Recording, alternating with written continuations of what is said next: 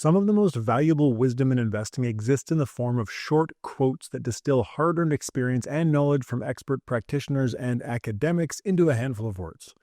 In this video, I'm going to tell you what I think are the most important quotes in investing, quotes that every investor can and should learn from, why they're important, and how they can be applied to everyday financial decisions.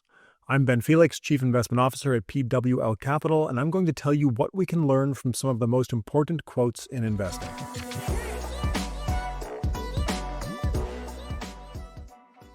For the first quote, we need to start with something that is often underappreciated in investing: saving. Saving is a necessary precondition for investing, and for many people, saving will be far more impactful and more reliably impactful than searching for higher investment returns.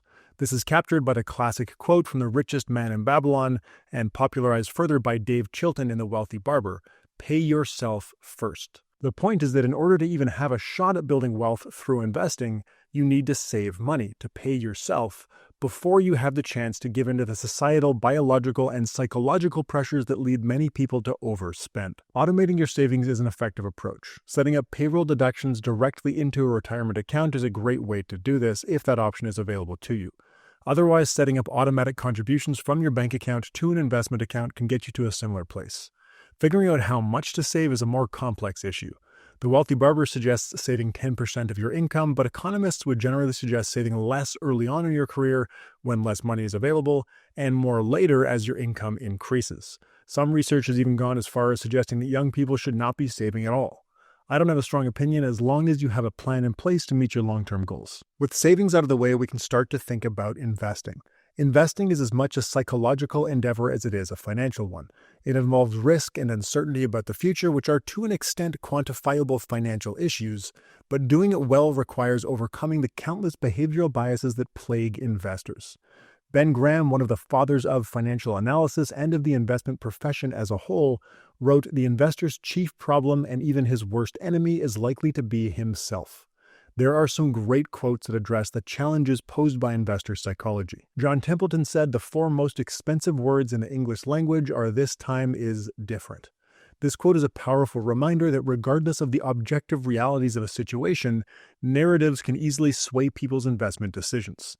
During periods of extreme positive returns, investors search for explanations that not only justify the often accompanying high stock valuations, but also justify their continued increases. Think of periods like the dot-com bubble or more recently the run-up of prices in the holdings of the ARKK ETF.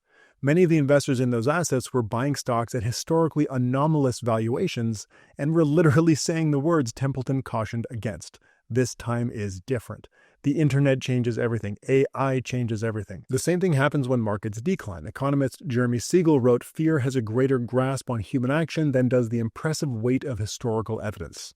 I can tell you over and over again, as I do on this channel, what the historical data tell us about market crashes and recoveries, but that won't always be helpful when fear is in the air.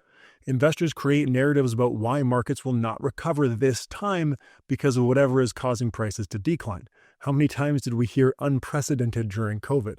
It's important to acknowledge that every time we see extreme asset price increases or decreases is different. The underlying causes and accompanying narratives are always unique, which is why they cause asset prices to swing wildly. What doesn't change is that expected returns for risky assets are positive, and valuations matter at least eventually. They're the closest thing to gravity in financial markets.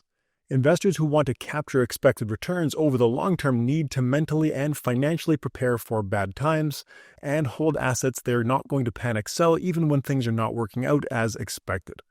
Market declines are never just abstract numbers on a screen. They're psychologically challenging times stemming from deeply emotional and uncertain events. The COVID-19 pandemic wasn't just a market decline, it was potentially the end of life as we knew it. One way to stay grounded through periods of extreme market conditions in either direction is to have conviction in your investment philosophy.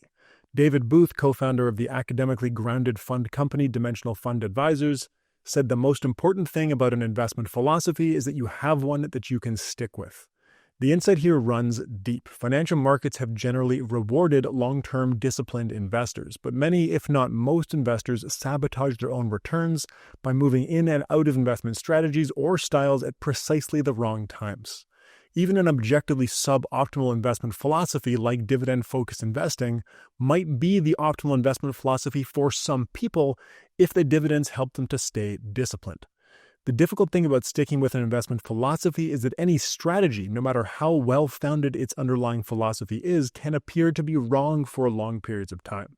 I think ARKK is again a good example. When it was on its big run, I heard from many previously disciplined index investors who were considering abandoning their entire investment philosophy because the ARKK narrative was so strong, and its manager took direct aim at index funds. Cathie Wood said that flows into index funds were the most massive misallocation of capital in history, and that index funds are overweighting the old companies at risk of being disrupted while underweighting the disruptors, which ARKK focuses on.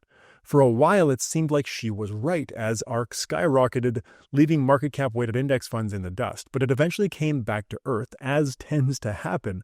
Anyone who bailed on their index funds to chase ARK's returns after it had posted its big gains got burned, and this was the experience of a large portion of the investors in that fund. Here's the interesting thing though. Investors in ARKK who truly believed in that investment philosophy stuck with it from before Cathie Wood was all over the financial media due to ARKK's incredible short-term performance and didn't sell when it eventually crashed have actually done fine. I'm not condoning that investment strategy. I don't think it makes any sense at all, and I think it fundamentally misunderstands the relationship between technological innovation and stock returns. But my point is that conviction in any investment philosophy will be tested over time, but as long as it leads to a reasonably well-diversified and low-cost portfolio, having an investment philosophy that you can stick with through good times and bad is likely far more important than having the perfect investment philosophy, which unfortunately doesn't really exist. Even investors with a solid investment philosophy often get nervous about market corrections. They may consider going to cash to avoid them or delaying investing new cash. Fund manager Peter Lynch said far more money has been lost by investors preparing for corrections or trying to anticipate corrections than has been lost in corrections themselves. This quote reminds us that while market downturns can hurt, at least in the short run, the opportunity cost of not investing is typically far more expensive. Investing is inherently risky. It is this very fact that results in positive expected returns and, at least historically, positive realized long-term returns. The problem is that investors are myopic. They worry about short-term fluctuations even if they are not short-term investors, and they are loss-averse. After settling on an investment philosophy and preparing for difficult market conditions, one of the most fundamental decisions that investors need to make is how to allocate their portfolios. How much in stocks versus bonds? How much in the stock market of each country? Which stocks within each country? Eugene Fama offers a good starting point. He said you have to talk yourself out of the market portfolio.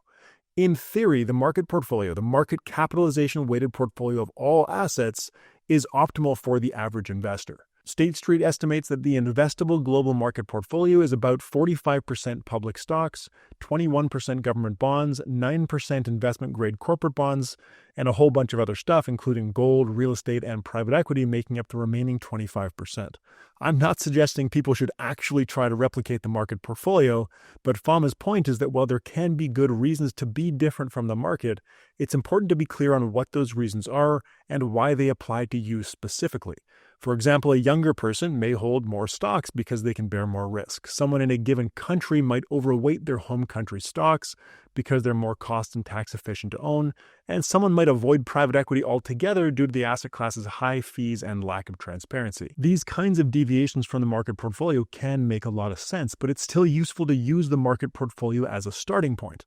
Talking yourself from the market portfolio into owning only 3 stocks should be really hard to do, as should talking yourself into large allocations to asset classes that make up a small portion of the market portfolio, like private equity. Asset allocation is incredibly important because it calibrates the amount of risk you are taking. One of the reasons that investors struggle with risk is that they don't really understand what it is. Risk is often discussed as volatility or the magnitude of short-term declines in asset values, but those are probably not the best measures for long-term investors. Charles Ellis, author of Winning the Loser's Game, said, "Risk is not having the money you need when you need it." This simple definition captures the fact that risk can either manifest as the inability to fund short-term liquidity needs, highlighting the importance of planning for near-term expenses, for example, by not investing money you need tomorrow in stocks, or risk can manifest as the inability to fund future consumption, capturing the importance of earning sufficient expected returns to fund your inflation-adjusted spending in the distant future. The funny thing is that aversion to short-term volatility exposes investors to more extreme long-term risk. It is by taking on the risk of volatile assets that investors expect to earn higher long-term returns. As Morgan Housel, author of The Psychology of Money, wrote, "Volatility is the price of admission for higher expected returns." Not being willing or able to take on the volatility of higher expected return assets like stocks can impair your ability to meet your long-term goals. Framing risk as the probability of running out of money puts emphasis on what long-term investors should really be focused on. But even having the right focus doesn't mean you're going to get the outcome you hoped for. No matter how good we think our models are, the future is unknown and unknowable, and that unknown future is what we need to plan for. Theory and long-term evidence can help point us in the right direction, but they still can't predict the future. This doesn't just apply to investments either. Life has a way of throwing curveballs at you, making it hard to plan for everything. Economist Elroy Dimpson said, "Risk means more things can happen than will happen." Every financial plan should account for the fact that we simply cannot know the range of future outcomes based on what has happened in the past or what we expect to happen in the future. Investors should maintain a healthy respect for the fact that things will not always work out the way that we want them to, no matter how much data we base our decisions on. The nature of risk and uncertainty make investing and planning for the long term inherently uncomfortable. Financial product manufacturers and active fund managers know that volatility is a struggle for investors, and they are eager to sell you solutions. Economist John Cochrane wrote, "When having dinner with lions, make sure you're at the table, not on the menu." If someone wants to sell you something, a stock or a financial product, you need to ask yourself why they want to sell it to you. What do they know that you don't? What's in it for them and what's in it for you? Are you entering into a mutually beneficial transaction, or are you about to be eaten alive by the financial lions? There are a ton of financial products out there that cater to the fears and biases of retail investors in exchange for ridiculously high fees and costs, putting retail investors on the menu. Structured products tend to be one of the most egregious examples, using complexity to shroud extremely high embedded costs. This is important because fees and costs are one of the few things that investors can actually control. John Bogle, the founder of Vanguard, said, "The grim irony of investing is that we investors as a group not only don't get what we pay for, we get precisely what we don't pay for." Bogle is speaking to the fact that, in aggregate, investors have not benefited from paying higher fees to active fund managers who aim to beat the market. Instead, they have underperformed market indexes roughly by the amount that they paid in fees. This is what Bill Sharp has referred to as the arithmetic of active management.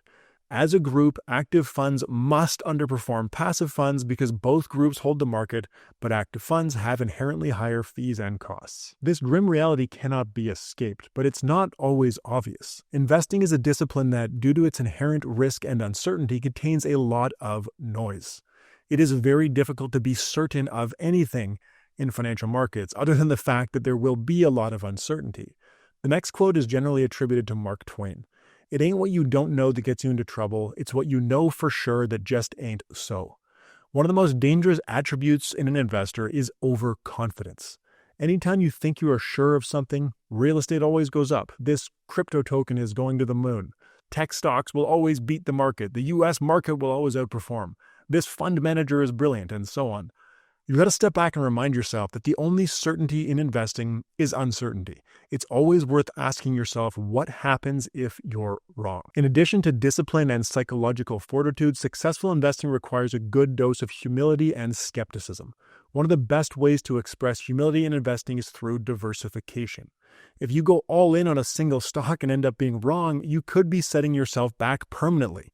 It's not uncommon for single stocks to drop 60% or more and never recover. If you hold a broadly diversified portfolio of stocks, the risk of permanent capital impairment or total loss is significantly reduced. Harry Markowitz is paraphrased as saying, "Diversification is the only free lunch in investing." Typically, as I mentioned earlier, volatility is the price of admission for higher expected returns. But diversification is a rare case where adding multiple imperfectly correlated risky assets together in a portfolio can allow you to increase expected returns without increasing risk, or decrease risk without decreasing expected returns. Diversification also mitigates the damage if a single investment in a portfolio does not work out, and it makes you more likely to hold the rare big winners that drive most of the market's returns. The downside of diversification is that it makes it less likely that you'll hit big home runs, but due to the skewness in individual stock returns, that is the fact that most stocks perform poorly while a relative few perform exceptionally well, you're far more likely to pick losing stocks than to pick big winners. As John Bogle said, don't look for the needle, buy the haystack. These quotes boil down to a few key principles. Spend less than you earn. Keep enough cash on hand for near-term expenses and invest the remainder in a risk-appropriate portfolio with expected returns sufficient to meet your long-term goals. Choose an investment philosophy and asset allocation that you can stick with even when they don't seem to be working. Don't try to time the market. Be prepared for the future to be different from your current expectations. Be aware of your fees and costs. Don't be too sure of anything, and diversify broadly. Before I let you go, if you enjoyed this video, I think you'll really like the Rational Reminder podcast. We have interviewed the originators of many of the quotes mentioned in this video, including Dave Chilton, David Booth, Eugene Fama, Charles Ellis, Morgan Housel, and John Cochran.